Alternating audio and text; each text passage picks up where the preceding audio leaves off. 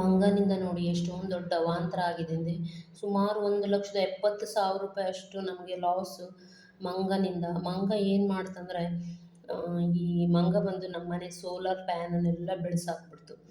ಇದು ನಮ್ಮದು water heater ಇದೆಯಲ್ಲ ಅದ್ರದ್ದು ಫ್ಯಾನಲ್ಲು ಮತ್ತು ಕರೆಂಟು ಎರಡೂ ಸಹ ಒಂದೇ ಆಗಿತ್ತು. ಆ ಪ್ಯಾನಲನ್ನು ಮಂಗ ಹಾರಿಬಿಟ್ಟು ಕೆಳಗೆ ಹಾಕಿಬಿಡ್ತು. ಫುಲ್ ನೋಡಿ ಎಷ್ಟೊಂದು ದೊಡ್ಡ ಲಾಸ್ ಅಂದರೆ ₹1,2 ಅಲ್ಲ, 1,70,000. ಅದೀಗ ರಿಪೇರಿಗೂ ಸಹ ಬರೋದೇ ಇಲ್ಲ. ನಾವು ಈಗ ಅವ್ರನ್ನ ಕರೆದು ಕೇಳಿಸಾಯ್ತು, ರಿಪೇರಿಗೂ ಸಹ ಬರ್ತಾ ಇಲ್ಲ ಅದು. ಈಗ ಫುಲ್ ಲಾಸ್ ಅದು. ಎಲ್ಲ ಫ್ಯಾನೆಲ್ಲ ಚೂರು ಚೂರು ಆಗಿಬಿಟ್ಟಿದೆ. ಅದು ನಮ್ಮ ಮನೆ ಪಕ್ಕದ ಮನೆಯವರು ಮಂಗನನ್ನು ಓಡಿಸ್ಬಿಟ್ರು, ಪಟಾಕಿ ಹೊಡೆದೇನೋ ಅವರು ಓಡಿಸ್ರು. ಮಂಗ ಹಾರಿ ಬರಬೇಕಾದ್ರೆ ನಮ್ಮ ಮನೆ ಮತ್ತು ನಮ್ಮ ಸೈಡ್ ಮನೆಯವರಿಗೆ ನಮಗೆ ಮನೆಗೆ ಹೆಚ್ಚು ಗ್ಯಾಪ್ ಇಲ್ಲ, ಸಮೀಪನೇ ಇರೋದ್ರಿಂದ ಅವ್ರ ಮನೆಯಿಂದ ನಮ್ಮ ಮನೆಗೆ ಹಾರಲಿಕ್ಕೆ ಇದಕ್ಕೆ ಆ ಪ್ಯಾನಲ್ ಮೇಲೆ ಹಾರಿಬಿಡ್ತದು. ಆ ಪ್ಯಾನಲ್ ಮೇಲೆ ಹಾರಿ ಅದು ಜಾರ್ ಕೆಳಗಡೆ ಬಂದು ಬಿತ್ತು. ನಮ್ಮದಷ್ಟು ಸೋಲಾರ್ ಒಡೆದೋಯ್ತು. ಅವ್ರ ಪಕ್ಕದವ್ರದ್ದು ನೀರಿಂದು ಪೈಪ್ ಲೈನು ಹೋಯಿತು. ಆದರೆ ಅವ್ರದ್ದು ಅಷ್ಟೊಂದು ಹಾನಿ ಆಗಲಿಲ್ಲ. ಏನು ₹200-300 ಸರಿ ಆಗ್ಬೋದು. ಆದರೆ ನಮ್ಮದು ಮಾತ್ರ ದೊಡ್ಡ ಲಾಸ್ ಅಂತಲೇ ಹೇಳ್ಬೋದು. 1,70,000 ಅಂದರೆ ಸುಮ್ಮನೆನಾ? ಈ ಮಂಗ ಹಾಳು ಮಾಡಿದ್ದು ನೋಡಿ ಎಷ್ಟೊಂದಂದೆ. ಹೀಗೆ ಎಲ್ಲ ಜಸ್ಟ್ ನನಗಂತೂ ಜಸ್ಟ್ ಮಿಸ್ಸು. ನಾನು ಮಧ್ಯಾಹ್ನದ ಊಟ ಮುಗಿಸಿ ಇನ್ನೇನು ಬಟ್ಟೆ ಸ್ಟಿಚ್ ಮಾಡಬೇಕು ಅಂತ ಹೋಗ್ತಿರ್ಬೇಕಾದ್ರೆ ಆ ಬಾಗಿಲು ಹತ್ತಿರ ಬಂದು ನಿಂತಿದ್ದೀನಿ. ಇದೇನು ಸೌಂಡ್ ಆಯ್ತಂತ ನನಗೆ ಏನಾಯ್ತಂದೇ ಗೊತ್ತಾಗಲಿಲ್ಲ. ಸೌಂಡ್ ಆಯಿತು. ಆಮೇಲೆ ನಾನು ಈ ಕಡೆ ಬರೋಳು ಆ ಸೈಡ್ ಓಡಿಬಿಟ್ಟೆ. ಆ ಸೈಡ್ ಓಡಿದೆ, ನನಗೇನು ಆಗಲಿಲ್ಲ. ಆಮೇಲೆ ಫುಲ್ ಎಲ್ಲ ಕೆಳಗೆ ಬಂದೆ. ಜಸ್ಟ್ ಅಷ್ಟೇ ಹೊತ್ತಿಗೆ ನನ್ನ ಅತ್ತಿಗೆ ಬರ್ತಾಯಿದ್ಲು. ಅವಳು ಸಹ ನನ್ನ ಜೊತೆಗೆ ಬಟ್ಟೆ ಹೊಲಿಯಕ್ಕೆ ಬರ್ತಾಳೆ. ಹಾಗೆ ಅವಳು ಬರ್ತಾಯಿದ್ಲು. ಅವಳು ಎಲ್ಲಿ ಸೌಂಡ್ ಬರ್ತದೆ ಅಂತ ಗೊತ್ತಿಲ್ಲ. ಅಂದರೆ ಅದು ಒಂದೇ ಸಮನೆ ಜಾರು ಬಂದು ಬೀಳಲಿಲ್ಲ. ಯಾಕಂದರೆ ಅದು ಸ್ವಲ್ಪ ನೋಡಿ ನಮ್ಮ ಮನೆಗೆ ಅವ್ರ ಮನೆಗೂ ಡಿಸ್ಟೆನ್ಸ್ ನಿಮ್ಗೆ ಕಾಣಿಸ್ತಾ ಇದೆ. ಆ ಕಂಪೌಂಡ್ ಪಕ್ಕದವ್ರ ಮನೆ, ಈ ಕಡೆ ನಮ್ಮ ಮನೆ. ಎದುರುಗಡೆಗೆ ನಮಗೆ ಜಾಗ ಇಲ್ಲ, ಅಷ್ಟೇ ಇರೋದು. ಆ ರೀತಿ ಇದೆ ಇಕ್ಕಟ್ಟು ಥರ. ಅಂದರೆ ಫುಲ್ ನಮ್ಮದು ನಮ್ಮ ಕಡೆ ಗುಂಟೆ ಅಂತ ಹೇಳ್ತೀವಿ, ಆ ಕಡೆಯಿಂದ ಈ ಕಡೆ ಫುಲ್ ಲೈನಿಗೆ ನಮ್ಮ ಮನೆ ಕೂತ್ಬಿಟ್ಟಿದೆ. ಇಷ್ಟೇ ಜಾಗದಲ್ಲಿ ಅಂದ್ರೆ ಅದು ಜಾರು ಬಂದು ಕೆಳಗಡೆ ಬಿತ್ತು. ಹಾಗಾಗಿ ಒಂದು ಪ್ಯಾನಲ್ ನೋಡಿ ಮೇಲ್ಗಡೆ ಹಿಡ್ಕೊಂಡಿದೆ. ಇನ್ನು ಒಂದಂತೂ ಫುಲ್ ದುಂಬಾಗಿ ಹೋಗ್ಬಿಟ್ಟಿದೆ. ಗ್ಲಾಸ್ ಎಲ್ಲ ಉದುರ್ತಾ ಇತ್ತು. ಅಂದರೆ ಅದ್ರ ಗ್ಲಾಸು ತುಂಬಾ ತೆಳ್ಳಗೆ, ಈ ಥರ ಮಿರರ್ದೆಲ್ಲ ಗ್ಲಾಸ್ ಬರುತ್ತಲ್ಲ ಆ ಥರ. ನಾನೇನು ಅಂದ್ಕೊಂಡೆ ಗಾಡಿ ಗ್ಲಾಸಲ್ಲಿ ಇರುತ್ತಲ್ಲ ಆ ಥರ ದಪ್ಪ ಇರ್ತದೆ ಅಂದ್ಕೊಂಡೆ. ಆ ಥರ ಅಲ್ಲ, ತೆಳ್ಳಗನೇ ಇದು. ಕೈ ಕಾಲಿಗೆಲ್ಲ ಚುಚ್ತಾನೆ ಇತ್ತು. ನೋಡುವ ಅಂತ ಬಂದರೆ ಕೈ ಕಾಲಿಗೆ ಒಂದೆರಡು ಚುಚ್ಚಿತು ನನಗೆ. ಆಮೇಲೆ ಇನ್ನೇನು ಮಾಡೋದು, ಬಾಗಿಲಲ್ಲೇ ಬಿದ್ದಿತ್ತಲ್ಲ, ತೆಗಿಲೇಬೇಕಿತ್ತು. ಇನ್ನು ಯಾರೂ ಇರಲಿಲ್ಲ, ನಾನು ಒಬ್ಬಳೇ ಇದ್ದೆ. ಹಾಗೆ ಅತ್ತಿಗೆ ಬಂದಿದ್ದಲ್ಲ, ಅತ್ತಿಗೆ ಹೆಲ್ಪ್ ತಗೊಂಡು ಬಾಗಿಲಲ್ಲೇ ಬಿದ್ದುಬಿಟ್ಟಿದೆ. ತಿರುಗಾಡ್ಲಿಕ್ಕೂ ಕಷ್ಟ, ಗ್ಲಾಸ್ ಎಲ್ಲ ಬಿದ್ದಿದೆ ಅಂದ್ಕೊಂಡು ಎತ್ತಿ ಸೈಡಿಗೆ ಹಾಕ್ತಾಯಿದ್ರು. ಅಂದರೆ ನಾಳೆ ಅಂತಂದರೆ ಅವ್ರು ಬಂದು ನೋಡ್ತಾರಲ್ಲ ಅಂದ್ಕೊಂಡು ಸೈಡಿಗೆ ಹಾಕ್ತಾಯಿದ್ರು.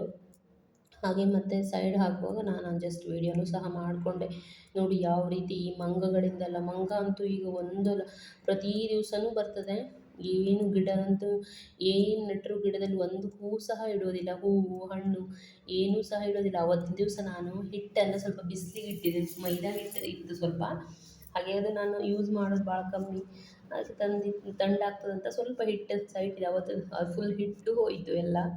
ಅಂದರೆ ಮತ್ತು ಅದು ಬಿದ್ದುಬಿಟ್ಟದೆಲ್ಲ. ಗ್ಲಾಸ್ ಏನಾದ್ರು ಇರ್ಬೋದು ಅಂತ ನಾನು ಹಾಗೆ ಗೊತ್ತಾಗ್ಬಿಟ್ಟೆ, ಯೂಸ್ ಮಾಡಿಲ್ಲ ನೋಡಿ. ಈಗ ಎರಡಂತೂ ಪ್ಯಾನಲ್ ತೆಗೆದು ಎರಡು ಸೈಡ್ ಇರೋದು ಫುಲ್ ಗ್ಲಾಸ್ ಎಲ್ಲ ಬಿದ್ದುಬಿಟ್ಟು ಒಂದು 2 ದಿನ ಗ್ಲಾಸ್ ಎಲ್ಲವ ನೋಡಿ. ಫ್ಯಾನಲ್ಲು ಇದೊಂದು ಸರಿ ಇದೆ, ಆದರೂ ಬರೋದಿಲ್ಲ, ಡ್ಯಾಮೇಜ್ ಆಗಿಬಿಟ್ಟಿದೆ. ವೇಸ್ಟೇ ಸಹ ಅದು.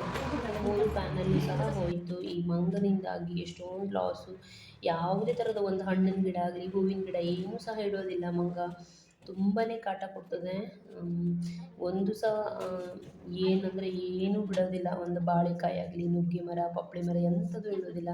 ಪೂರ ಈ ಥರ ಎಲ್ಲ ಹಾಳು ಮಾಡ್ತದೆ. ಮತ್ತು ವಸ್ತುಗಳನ್ನೆಲ್ಲ ಅಲ್ಲಿಂದ ಇಲ್ಲಿಂದ ಅಲ್ಲಿಗೆ ಹಾರಾಡಿಕೊಂಡು ತೆಗಿಯೋಕೆ ನಾವು ಎಷ್ಟೊಂದು ಕಷ್ಟಪಡ್ತಾ ಇದ್ವಿ. ಯಾಕಂದರೆ ಅಲ್ಲೇ ಬಿಟ್ಟರೆ ಮತ್ತೆ ತಿರ್ಗಾ ಬಿದ್ದು ಒಡೆದು ಹೋಗೋದು ಬಾಗಿಲ ಹತ್ರ ಆಗ್ತದಂತ ಎತ್ತಿಡ್ತಾ ಇದ್ದೀವಿ. ಏನು ಮಾಡೋಕ್ಕಾಗಲ್ಲ. ಏನು ಮಾಡೋದು ಈಗ? ಮಂಗಗಳಿಗೆ ಹೇಳೋಕ್ಕಾದ್ರೂ ಆಗುತ್ತಾ? ಏನೂ ಇಲ್ಲ. ಏನು ಕಷ್ಟಪಟ್ಟು ಎಲ್ಲ ತೆಗೆದು ಇಳಿಸಿ ಇಟ್ವಿ. ಇದು ಸೋಲಾರ್ ಪ್ಯಾನಲ್ ಅಂದರೆ ಕರೆಂಟೆಲ್ಲ, ಅಂದರೆ ನಮ್ಮದು ಸ್ವಲ್ಪ ಕಾಸ್ಟ್ಲಿದೆ ಹಾಕಿದ್ರು ನಾವು. ಅದು ಕರೆಂಟೆಲ್ಲ ಜಾಸ್ತಿ ವೋಲ್ಟೇಜ್ ಇರ್ತಿತ್ತು ನಮಗೆ. ಎಲ್ಲದೂ ಬರ್ತಿತ್ತು ನಮ್ಮದು, ಕರೆಂಟ್ ಉರಿತಿತ್ತು. ಈಗ ನೋಡಿ ಗ್ಲಾಸನ್ನೆಲ್ಲ ಎಡ್ಜಸ್ಸಲ್ಲಿ ಈ ಥರ ಇದರಲ್ಲೂ ಸಹ ಉಕ್ಕೊಳ್ಳುತ್ತಲ್ಲ ಬರೀಕ್ ಗ್ಲಾಸು, ಅದು ಸಹ ನೀಟಾಗಿ ತೆಗಿತಾ ಇದ್ದು ಬ್ರಷ್ ಎಲ್ಲ ಹಾಕಿ. ಆ ಗ್ಯಾಪಲ್ಲೆಲ್ಲ ಚಿಕ್ಕ ಚಿಕ್ಕ ಗ್ಲಾಸ್ ಇರುತ್ತಲ್ಲ ಅದೆಲ್ಲ, ಅಂದರೆ ಮತ್ತು ಓಡಾಡುವಾಗ ಕೈ ಕಾಲಿಗೆ ಚುಚ್ಚಿದ್ರೆ ಕಾಣಿಸೋದು ಇಲ್ಲ ಅಂತ ನೀಟಾಗಿ ಕ್ಲೀನ್ ಮಾಡ್ಕೊತಾ ಇದ್ದರು. ಅದನ್ನು ಫುಲ್ಲೆಲ್ಲ ಕ್ಲೀನ್ ಮಾಡಿ ಅಂತೂ ತೆಗೆದ್ರು. ತುಂಬಾ ಇದಾಯಿತು, ಆದರೂ ತೆಗಿಬೇಕಾಯ್ತಲ್ಲ, ತೆಗೆದಾಯಿತು. ಆನಂತರ ನೋಡಿ ನಾನು ಮೇಲೆ ಬಂದು ನೋಡ್ತಾ ಇದ್ದೀನಿ ಅದು ಹೇಗೆ ಬಿದ್ದು ಹೋಯಿತು ಅಂತ. ನೋಡಿರಲಿಲ್ಲ. ಮೇಲ್ಗಡೆ ನಮ್ಮದು ಈ ರೀತಿ ಇಲ್ಲೇ ಹೋಗಬೇಕು, ಹೊರಗಡೆಯಿಂದ ನಮ್ಮದು ಸ್ಟೆಪ್ ಇಲ್ಲ, ಒಳಗಡೆಯಿಂದನೇ. ಮತ್ತೆ ಮೇಲೆ ಹೋಗ್ಲಿಕ್ಕಾಗಿ ನಾವು ಇದು ಮಾಡಲಿಲ್ಲ, ಈ ಕಡೆಯಿಂದ ಒಳಗಡೆಯಿಂದ ಒಂದು ಡೋರ್ ಇಟ್ಟಿದ್ದೀವಿ. ಈ ಥರ ಸ್ಟ್ಯಾಂಡ್ ಏಣಿ ಇಟ್ಕೊಂಡು ಹೋಗಬೇಕು. ನನಗೆ ಈ ಥರ ಎಲ್ಲ ಹೋಗಿ ಅಭ್ಯಾಸ ಇದೆ, ಅದಕ್ಕೆ ನಾನು ಹೆದರೋದಿಲ್ಲ, ಹಾಗೆಲ್ಲ ಹತ್ಕೊಂಡು ಹೋಗ್ತೀನಿ. ಈಗ ಹೋಗಿ ಮೇಲ್ಗಡೆ ಹೋಗಿ ನೋಡಿದ್ರೆ ನಾನು ಮತ್ತು ನನ್ನ ಅತ್ತಿಗೆ ಹೋಗಿದ್ದು, ಹಾಗೆ ಸುಮ್ಮನೆ ಅಲ್ಲೂ ಹೋದದ್ದು ಸಹ ವಿಡಿಯೋ ಮಾಡಿದ್ರು. ಅವಳು ಸಹ ಹತ್ತುತ್ತಾಳೆ ಹಾಗೆ, ಆ ಥರ ಏನಿಲ್ಲ. ಹತ್ಕೊಂಡೆಲ್ಲ ನೋಡಿದ್ರೆ ಅದು ಜಾರಿ ನಟ್ಟನ್ನು ಲೂಸ್ ಆಗಿದ್ದು ಜಾರಿ ಬಿದ್ದುಬಿಟ್ಟಿದೆ ಮಂಗನ ಇದರಲ್ಲಿ. ಮಂಗ ಬೋರ್ಸಾಗಿ ಹಾರು ಇದಕ್ಕೆ ಆ ಕಡೆಯಿಂದ ಈ ಕಡೆ ಬಂದು ಬಿದ್ದುಬಿಟ್ಟಿದೆ. ನಾನೇನು ತೋರಿಸಿಲ್ಲ ಆ ಕಡೆಯಿಂದ, ಅವ್ರ ಮನೆಯಿಂದ ಈ ಕಡೆ ಎಲ್ಲ ಸುಮ್ಮನೆ ರ್ಯಾಂಡಮಾಗಿ ಈ ಥರ ತೊಗೊಂಡಿದ್ದು. ಇದು ಪಕ್ಕದ ಮನೆದು, ಆ ಪಕ್ಕದ ಮನೆಯಿಂದ ಈ ಕಡೆ ನಮ್ಮ ಕಡೆಗೆ ಹಾರಿದ್ದದು. ಫುಲ್ಲೆಲ್ಲ ಹಾಳಾಗೋಯ್ತು ನಮ್ಮದಿದು. ಅಂತ ಅದೇ ದಿನ ನೆಕ್ಸ್ಟ್ ಡೇ ಆವತ್ತಿನ ದಿನವೇ ರಾತ್ರಿ ಊಟಕ್ಕೆ ನೋಡಿ, ರಾತ್ರಿ ಊಟಕ್ಕೆ ನಾನು ಮೊಟ್ಟೆ ಬೇಯಿಸಿಟ್ಟಿದ್ದೆ. ಹಾಗೆ ಈ ಕಡೆ ತರಕಾರಿ ಸಾಂಬಾರು ಮಾಡಿಟ್ಟಿದ್ದೆ, ಕಡಲೆ ಸಾರು ಮಾಡಿಟ್ಟಿದ್ದೆ. ಹಾಗೆ ನೋಡಿ ಪಾತ್ರೆ ನೋಡ್ರೆ ಗೊತ್ತಾಗುತ್ತೆ, ಇದು ಒಲೆಯಲ್ಲಿ ಮಾಡಿರುವಂಥದ್ದು ಬಾಯ್ಲ್ಡ್ ರೈಸ್, ಬೆಳಿಗ್ಗೆ ಮಾಡಿರೋದು, ಹಾಗಾಗಿ ಬಿಸಿ ಮಾಡ್ತಾಯಿದ್ದೀನಿ.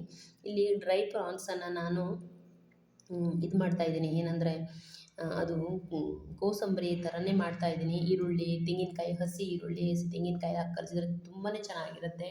ಟೇಸ್ಟು ಸಹ ತುಂಬ ಚೆನ್ನಾಗಿರುತ್ತೆ.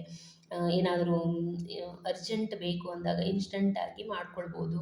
ಏನು ಗೀಸೋದಿರೋದಿಲ್ಲ. ಒಂಚೂರು ಸ್ವಲ್ಪ ಪ್ರಾನ್ಸ್ ಅಂದರೆ ಆ ಕಡೆ ಶಟ್ಲಿ ಅಂತ ಒಂದು ಸ್ವಲ್ಪ ಹುರ್ಕೊಂಡ್ರೆ, ನಾನ್ ವೆಜ್ ತಿನ್ನೋರಿಗೆ ಫ್ರೈ ಎಲ್ಲ ಇಲ್ಲ ಅಂದರೆ ಅವತ್ತಿನ ದಿವಸ ಸ್ವಲ್ಪ ಊಟಕ್ಕೆ ಬೇಜಾರಾಗ್ತಾ ಇರ್ತದೆ. ಆ ಥರ ಆವಾಗಲೇ ಏನಾದರೂ ಬೇರೆ ಥರ ವೆರೈಟಿ ಎಲ್ಲ ಮಾಡಿಕೊಂಡು, ಮೀನೆಲ್ಲ ಕಡಿಮೆ ಇದ್ದಾಗ ಈ ರೀತಿ ಡ್ರೈ ಪ್ರಾನ್ಸಲ್ಲಿದ್ದರೆ ಈ ರೀತಿ ಮಾಡ್ಕೊಳ್ಬೋದು. ಇದಂತೂ ಪಟ್ಟಂತೆ ಆಗುತ್ತೆ, ಏನು ರುಬ್ಬೋದು ಗೆರೆಯೋದು ಏನೂ ಇರೋದಿಲ್ಲ.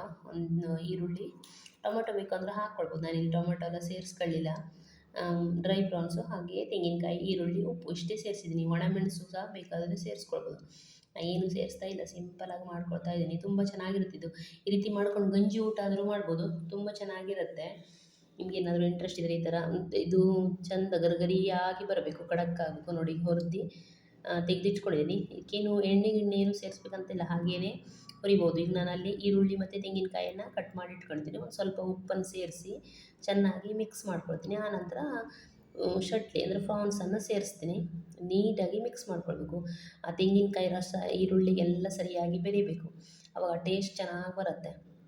ತಿನ್ನುವಾಗ ಇನ್ನೂ ಸ್ವಲ್ಪ ತಿನ್ನುವ ಅಂತ ಅನಿಸುತ್ತೆ. ಇವಾಗ ನೀವೇನಾದರೂ ಫಿಶ್ ಎಲ್ಲ ಇಲ್ಲ ಅಂದಾಗೆ ದಾಲ್ ಅಥವಾ ಏನಾದರೂ ವೆಜ್ ಸಾರು ಮಾಡಿದಾಗ ಈ ರೀತಿ ಮಾಡ್ಕೊಂಡು ತಿಂದರೆ ತುಂಬ ಚೆನ್ನಾಗಿರುತ್ತೆ. ಮೀನೆಲ್ಲ ಕಡಿಮೆ ಇದ್ದಾಗ ಸಹ ಈ ರೀತಿ ಮಾಡ್ಬೋದು. ನಮ್ಮ ಕಡೆಗೆ ಕರಾವಳಿ ಅಂದರೆ ಡೈಲಿ ಫಿಶ್ ತಿಂತೀವಿ. ಒಂದಿನ ಇಲ್ಲ ಅಂದರೂ ಸಹ ನಮಗೆ ಏನೋ ಒಂಥರ ಇವತ್ತಿನ ಊಟನೇ ಪರಿಪೂರ್ಣ ಅನಿಸಲ್ಲ. ಹಾಗಾಗಿ ಈ ಥರ ಎಲ್ಲ ಮಾಡ್ತಾ ಇರ್ತೀವಿ, ತುಂಬಾ ಟೇಸ್ಟಿಯಾಗಿರುತ್ತೆ. ನೀವು ಸಹ ಒಮ್ಮೆ ಟ್ರೈ ಮಾಡಿ ನೋಡಿ. ನಿಮಗೇನಾದರೂ ಡ್ರೈ ಪ್ರಾನ್ಸ್ ಇದ್ದರೆ ಪಟ್ ಅಂತ ಈ ರೀತಿ ಮಾಡ್ಕೊಳ್ಬೋದು. ಯಾರಾದರೂ ನನ್ನ ಚಾನಲ್ನ ಫಸ್ಟ್ ಟೈಮ್ ನೋಡ್ತಿದ್ರೆ ಸಬ್ಸ್ಕ್ರೈಬ್ ಮಾಡ್ಕೊಳ್ಳಿ, ಹಾಗೆ ಪಕ್ಕದಲ್ಲಿರುವ ಬೆಲ್ ಬಟನನ್ನು ಸಹ ಒತ್ತಿರಿ. ನೋಡಿ ಮನೆಯವರು ಮುಂಚಿನ ದಿವಸನೂ ಸಹ ಬಾಳೆಹಣ್ಣು ತಂದಿದ್ದು, ಆದರೂ ಸಹ ನೆಕ್ಸ್ಟ್ ಡೇನೂ ಸ್ವಲ್ಪ ಬಾಳೆಹಣ್ಣು ತೊಗೊಂಬಂದರು. ಮಗ ದಿನ ಬಾಳೆಹಣ್ಣು ಬೇಕಂತಾನೆ, ಅವನು ಜಿಮ್ಮಿಗೆ ಹೋಗೋದ್ರಿಂದ ಅವನಿಗೆ ಜಾಸ್ತಿ ಬಾಳೆಹಣ್ಣು ಬೇಕು ಅಂತ ಕೇಳ್ತಾನೆ. ಹಾಗಾಗಿ ಮತ್ತೆ ಬಾಳೆಹಣ್ಣು ಖಾಲಿ ಆಗಲಿಲ್ಲ ಆದರೂ ತೊಗೊಂಬಂದರು. ಬಾಳೆಹಣ್ಣನ್ನೆಲ್ಲ ಎತ್ತಿಟ್ಟು ಡ್ರೈ ಫ್ರೂಟ್ಸನ್ನು ಎತ್ತಿಟ್ಟು ಮುಚ್ಚಿಟ್ಟು, ಆನಂತರ ಇನ್ನೂ ಮನೆಯವರು ಬಂದಿರಲಿಲ್ಲ ಅಂತ, ಇನ್ನೂ ಟೈಮ್ ಇದೆ ಅಂತ ಮತ್ತೆ ನಾನು ಕೆಲಸ ಮಾಡ್ಕೊತಾ ಇದ್ದೆ, ಐರನ್ ಮಾಡ್ತಾಯಿದ್ದೆ. ನಾನು ಹಾಗೆಯೇ ನನಗೆ ಯಾವಾಗ ಮನಸ್ಸಿರುತ್ತಲ್ಲ ಆವಾಗ ನಾನು ಐರನ್ ಎಲ್ಲ ಮಾಡ್ಕೊಳ್ತೀನಿ. ಇಂಥದೇ ದಿನ ಎಷ್ಟೇ ಟೈಮ್ ಅಂತಿಲ್ಲ. ಆಲ್ಮೋಸ್ಟ್ ನಾನು ಸಾಯಂಕಾಲನೇ ಐರನ್ ಮಾಡ್ಕೊಳ್ಳೋದು ಹೆಚ್ಚು. ಯಾಕಂದರೆ ಮನೆ ಕೆಲಸ ಬಟ್ಟೆ ಎಲ್ಲ ಹೊಲ್ದು ಬಂದುಬಿಟ್ಟು ಮನೆ ಕೆಲಸ ಎಲ್ಲ ಮುಗಿದು ಟೈಮ್ ಇದ್ದರೆ ನೈಟಲ್ಲೇ ಐರನನ್ನು ಮಾಡ್ಕೊಳ್ತೀನಿ. ನಾನು ಒಂದೊಂದು ಟೈಮ್ ಊಟ ಆದಮೇಲೆ ಮಾಡ್ಕೊಳ್ತೀನಿ, ಒಂದೊಂದು ಟೈಮ್ ಊಟಕ್ಕಿಂತ ಮುಂಚೆನೇ ಮಾಡ್ಕೊಳ್ತೀನಿ. ನನಗೆ ಎಷ್ಟೊತ್ತಿಗೆ ಫ್ರೀ ಸಿಗುತ್ತೆ ಮತ್ತು ನನಗೆ ಯಾವತ್ತು ಮಾಡ್ಬೋದು ಇವತ್ತೇ ಅಂತ ಅನಿಸುತ್ತೆ ನೋಡಿ, ಆ ಟೈಮಿಗೆ ಮಾಡ್ಕೊಳ್ತಾ ಇರ್ತೀನಿ ನಾನು. ಅಂದರೆ ಡೈಲಿ ನಮ್ಮ ಬಟ್ಟೆ ಐರನಿಗೆ ಇರುತ್ತೆ. ಅಂದರೆ ನಾನು ದಿನ ಎಲ್ಲ ಮಾಡೋದಿಲ್ಲ, ವೀಕ್ಲಿ 1 ಟೈಮ್ ಅಥವಾ 2 ಟೈಮ್ ಮಾಡ್ತೀನಿ. ಒಂದೊಂದು ಸಲ ಸ್ವಲ್ಪ ಜಾಸ್ತಿ ಬಟ್ಟೆ ಹಾಕ್ಕೊಂಡು ಮಾಡ್ತಾ ಇರ್ತೀನಿ. ಮಕ್ಕಳದು, ಮನೆಯವ್ರದ್ದು, ಹಾಗೆ ನಂದು ಹೊರಗಡೆ ಹೋದರೆ ನಂದು ಅದೆಲ್ಲ ಇರುತ್ತೆ. ಮನೆಯವ್ರದ್ದಲ್ಲಂತೂ ಡೈಲಿ ಇರುತ್ತೆ, ಹಾಗಾಗಿ ನಾನು ಡೈಲಿ ಮಾಡಲ್ಲ. ಈ ಥರ 2 ದಿವಸಕ್ಕೆ 3 ದಿವಸಕ್ಕೆ ಅಥವಾ ವಾರದಲ್ಲಿ 1-2 ಸಲ ನೋಡಿ ಬಟ್ಟೆ ಪ್ಯಾಂಟನ್ನು ಈ ರೀತಿ ಉಲ್ಟನೇ ಐರನ್ ಮಾಡಬೇಕು. ಯಾಕಂದರೆ ಪ್ಯಾಂಟೆಲ್ಲ ತುಂಬ ಕಾಸ್ಟ್ಲಿ ಪ್ಯಾಂಟೆಲ್ಲ ಇರುತ್ತಲ್ಲ, ಆ ಕಾಸ್ಟ್ಲಿ ಪ್ಯಾಂಟಿಗೆಲ್ಲ ನಾವು ಡೈರೆಕ್ಟ್ ಐರನ್ ಹಾಕಿದ್ರೆ ಮತ್ತು ಸೋಪ್ ಹಾಕು ಸಹ ಸಳಿಬಾರ್ದು ಅವ್ರ ಪ್ಯಾಂಟನ್ನು. ಕಾಸ್ಟ್ಲಿ ಪ್ಯಾಂಟೆಲ್ಲ ಬೇಗ ಹಾಳಾಗುತ್ತೆ, ಅಂದರೆ ಒಂಥರ ವೈಟ್ ವೈಟ್ ಪ್ಯಾಚಸ್ ಥರ ಕಾಣುತ್ತೆ. ಅದಕ್ಕಾಗಿ ಆ ಥರ ಸೋಪನ್ನೆಲ್ಲ ಹಾಕಿ ತೊಳಿಬಾರ್ದು. ಒಂದು ಸೋಪ್ ಪೌಡರು ಇಲ್ಲ ಅಂದರೆ ನಾವು ಬ್ರಷ್ ಮಾಡ್ತೀವಲ್ಲ, ಆ ಬ್ರಷ್ಷಿಗೆ ಒಂಚೂರು ಸೋಪನ್ನು ಟಚ್ ಮಾಡಿ ತಿಕ್ಕಿ ಸಳಿಬೋದು. ಇಲ್ಲಾಂದ್ರೆ ಅದು ಒಂಥರ ಪ್ಯಾಂಟೆಲ್ಲ ಹಾಳಾಗುತ್ತೆ, ಕಾಸ್ಟ್ಲಿ ಪ್ಯಾಂಟ್ ಅಲ್ಲವಾ. ಹಾಗಾಗಿ ನಾನು ಟೀ ಶರ್ಟು, ಜೀನ್ಸ್ ಪ್ಯಾಂಟು ಪ್ರತಿಯೊಂದು ಸಹ ಇಸ್ತ್ರಿ ಮಾಡೋದು, ಎಲ್ಲವನ್ನೂ ಇಸ್ತ್ರಿ ಮಾಡಿ ಇಡ್ತೀನಿ. ಹಾಗೆ ಅವತ್ತಿನ ದಿನ ಸಾರಿನೂ ಸಹ ಇಸ್ತ್ರಿ ಮಾಡಿದೆ, ಅದನ್ನು ವೀಡಿಯೋ ಮಾಡ್ಕೊಂಡಿಲ್ಲ ನಾನು. ಈ ಶರ್ಟ್ ಗಿರ್ಟ್ ಎಲ್ಲ ಇಸ್ತ್ರಿ ಮಾಡಿ ಇಟ್ಟೆ. ಇವಷ್ಟೇ ನಾನು ವಿಡಿಯೋ ಶೂಟ್ ಮಾಡ್ಕೊಂಡಿದ್ದು. ಪ್ರತಿದಿನ ಅಂದರೆ ನಂದು ಹೆಚ್ಚಾಗಿ ಕುಕ್ಕಿಂಗೆಲ್ಲ ಇರೋದು ಬೆಳಗಿನ ಟೈಮೇ ಇರುತ್ತೆ. ಬೆಳಿಗ್ಗೆ ಲಾಗ್ ಸ್ಟಾರ್ಟ್ ಮಾಡಿರಲಿಲ್ಲ ನಾನು, ಮಧ್ಯಾಹ್ನದ ಮೇಲೆ ಅದು ಬಿದ್ದ ನಂತರ ಸ್ವಲ್ಪ ವೀಡಿಯೋ ಮಾಡುವ ಅಂತ ಮಾಡಿಕೊಂಡೆ. ತುಂಬ ಬೇಜಾರಾಯಿತು, ಏನು ಮಾಡೋಕ್ಕಾಗಲ್ಲ, ಮಂಗ ಮಾಡಿದ್ದು ಆ ರೀತಿ ಆಗ್ಬಿಡ್ತು. ಇನ್ನೇನು ಮಾಡೋದು ಅಂತ ಮತ್ತೆ ಅದು ಸರಿ ಮಾಡಿಸ್ಕೊಳ್ಳೋದು ಅಷ್ಟೇ. ಯಾರಿಗಾದರೂ ನನ್ನ ವೀಡಿಯೋ ಇಷ್ಟ ಆಗಿದ್ದರೆ ಒಂದು ಲೈಕ್ ಮಾಡಿ, ಹಾಗೆ ಫ್ರೆಂಡ್ಸ್ ಆ್ಯಂಡ್ ಫ್ಯಾಮಿಲಿಗೆ ಶೇರ್ ಮಾಡಿ. ಸಬ್ಸ್ಕ್ರೈಬ್ ಮಾಡಿದವರು ಯಾರು ವೀಡಿಯೋನ ನೋಡ್ತಾ ಇಲ್ಲ, ದಯವಿಟ್ಟು ವೀಡಿಯೋ ನೋಡಿ ಒಂದು ಲೈಕ್ ಕೊಡಿ. ವಿಡಿಯೋ ನೀವು ಲೈಕ್ ಕೊಡೋದ್ರ ಮೂಲಕ ನಮಗೆ ವಿಡಿಯೋ ಮುಂದೆ ಹೋಗಲಿಕ್ಕೆ, ಅಂದರೆ ಯೂಟ್ಯೂಬ್ ಅವರು ಮತ್ತೆ ನಮ್ಮ ವೀಡಿಯೋನ ರೆಕಮೆಂಡ್ ಮಾಡಲಿಕ್ಕೆ ಹೆಲ್ಪ್ ಆಗುತ್ತೆ. Thank you friends, thank you for watching my channel. ಇದೇ ರೀತಿ ವಿಡಿಯೋನ ಅಪ್ಲೋಡ್ ಮಾಡಲಿಕ್ಕೆ ಟ್ರೈ ಮಾಡ್ತೀನಿ. ನನ್ನ ಮಗ ನೋಡು, ಅವರು ಏನೋ ಮ್ಯಾಗಿ ಏನೋ ಮಾಡ್ಕೊಂಡು ತಿಂತಾಯಿದ್ರು. ಹಾಗೆ ನನಗೂ ಸಹ ತೊಗೊಂಬಂದು ಮಮ್ಮಿ ತಿನ್ನು ಅಂತ ಹೇಳಿ ಇಟ್ಟು ಹೋದರು. ನೋಡಿ, ಇಷ್ಟು ಬಟ್ಟೆ ಐರನ್ ಮಾಡಿದೆ. Thank you.